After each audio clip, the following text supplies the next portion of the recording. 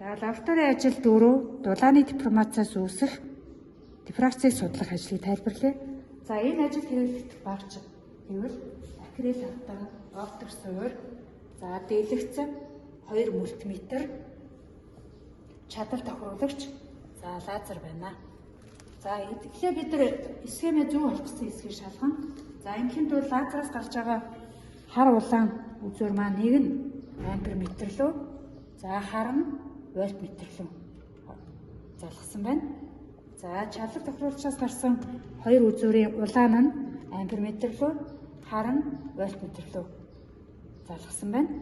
За улаан урт үтс маань нэг нь ампер метр лөө, нөгөө нь вольтметр лөө залгасан байна. За ингээд вольтметрийг болохоор хүчтэй хязгаарыг 20 дээр, за ампер метрийн хүчтэй хязгаарыг 200 дээр тавина. За ингээд бид лазераас хахад вольтметр дээр утга, ампер метр дээр утга заана гэсэн үг. За ингээд нэгдүгээр үснэгтийг тэгвэл гүйдэл хүчтлийг ампер метрээс, хүчтлийг вольтметрээс авна.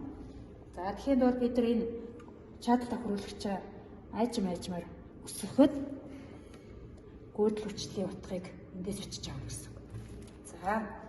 За одоо бид нар хэмжилтээ яаж хийх вэ гэхээр лазераа дэлгэцийнхээ нүх рүү эрт тусгаад акрил дээр туссанаа буцаж яваад дэлгэцэн дээр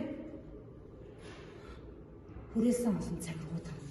За энэ цавиргыг бид нар дугаарлаад, за дугаарласнаас цавиргын дугаарыг радиусыг шумаар хэмжиж аваад дэлгэцээс акрил хүртэлх цаг, ээл цаг оптик суураас хэмжиж авна.